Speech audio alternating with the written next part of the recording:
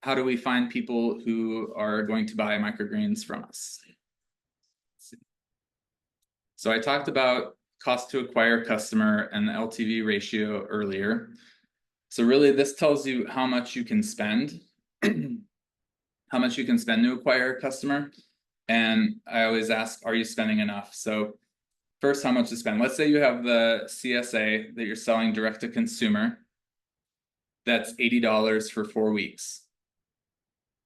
The LTV, we'll just assume that's all they ever buy from you, so $80. The cost to acquire should be a third or less of that. So you could spend up to $23 or $24, whatever that is, a third. So if you're doing Facebook ads, promotional, direct outreach to people, you have that budget, and it gives you a ratio to know, am I overspending to acquire this new customer? And again, the lifetime ratio of that customer might be higher if they buy another 4 weeks. So you kind of have to, it depends what your churn is and what your product is and price is. But always keep in mind the cost to acquire, and then as your business grows and continues, the lifetime value of your customer type. So I had the realization when I learned about this ratio that I wasn't spending nearly enough to acquire chefs. And, you know, the lifetime value is 3,000 to 4,000 if I do a year on them. So in theory, I could spend, you know, $500 to $1,000 to acquire a customer. But in reality, it's just, you know, some samples and, you know, time. So I've been trying to come up with ways. I might do some low grade, like Facebook ads just with people who've interacted with my account. I was paying a VA for a while to set appointments for me, and that was included in the cost. So yeah, there's different ways that you can spend money to acquire customers to make more money. So the core 4 ways to get leads, again, told you I talk about Alex Hormozy a lot. He, in his book, $100 Million Leads, gives you this nice framework that as a single person or a single entrepreneur, there's only 4 ways that you as an individual can reach out and find clients. And again, marketing is just telling people about your business or making them aware of your business. So there's people you know, people you don't know, and one-to-one or one-to-many. So warm outreach is people you know, and it's one-to-one. So if you were just starting out, you wanted to sell, you're not comfortable approaching chefs and other businesses or doing markets, you literally can just go through your Facebook friends or Instagram friends that you actually know and message them and talk about your microgreens farm. Because if you just post on social media, only about 10% of people are going to see what you posted. So if you really want to make your community aware that you've started a business and you have a product for offer, warm outreach is a great way to do that. And it doesn't have to be spammy. It should be genuine. It should be like, oh, hey, Steve, like, how have you been? Like, I saw your kid just got, you know, soccer championship or whatever. And then lead into, you know, started this business. We're trying to help families eat healthier. Do you know anyone who'd be interested? They might say they're interested, or they might, you know, refer you to somebody who's like a health nut or super interested in that. So we'll go down here. So people you know and one-to-many is free content. So that's posting on social media. Again, I mentioned only 10% of what you post is seen by your own followers. And that's because the social media companies are, it's pay to play these days. They want you to run paid ads to get your stuff seen. Now, the real purpose of social media for a local business, and again, this is from Alex Hormozy, is to show that you have a pulse. So I have not been great as a microgreens farm posting, because I was doing cold outreach to chefs where I went to them. I wasn't attracting people to me. Ironically, though, I did a lot of my outreach through Instagram, but he recommended that you do at least 1 post per week as a local business, any local business, whether you're a barbershop or a restaurant or a gym owner or a microgreens farmer, just to show you have a pulse. And there's different things you can share, but it's not necessarily to grow your business with free content. It can often be to nurture the people who already follow you, and showing up at least once a week is a great way to do that.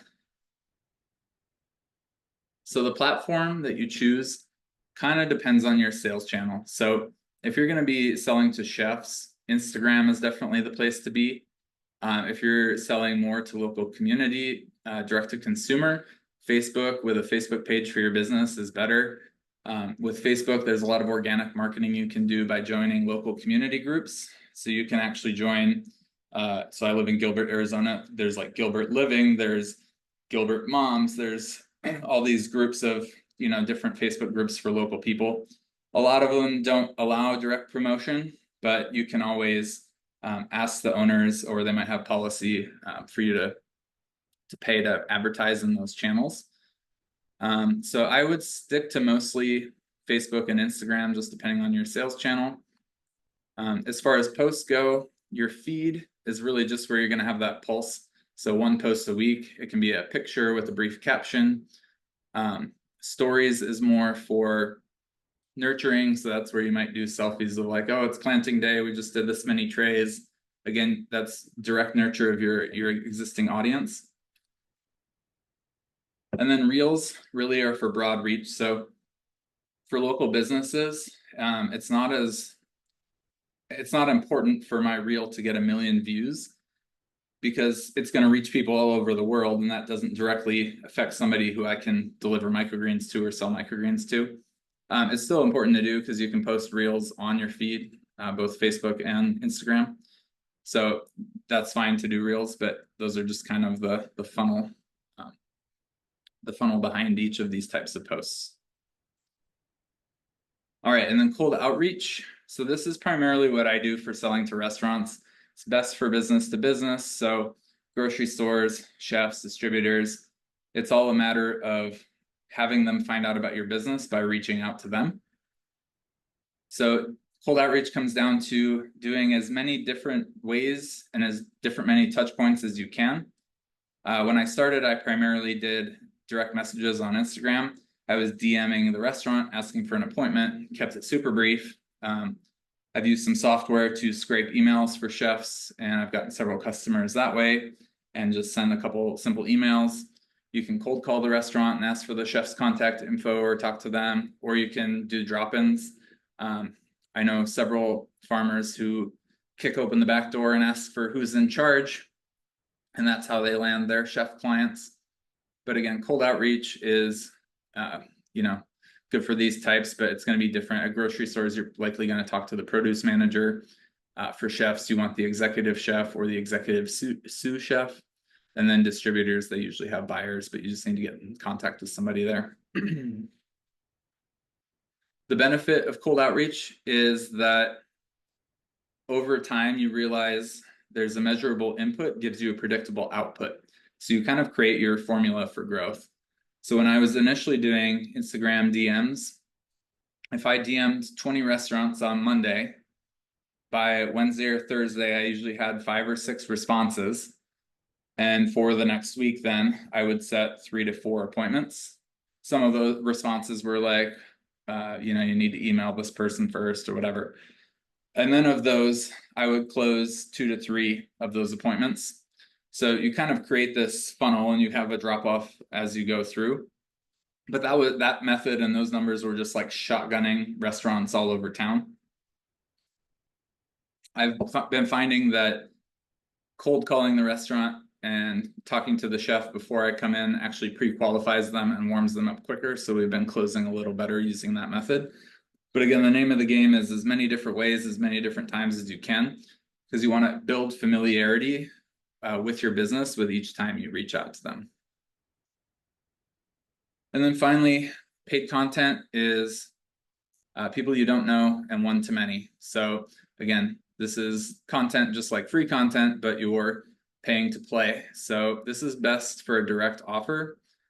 And again, client finance acquisition is the fact that you're making more on the upfront purchase than you are on the ad spend. So you just want to structure your direct offer. Again, a CSA is a good way to get more upfront cash when you're doing paid ads. But again, that is an option. for selling.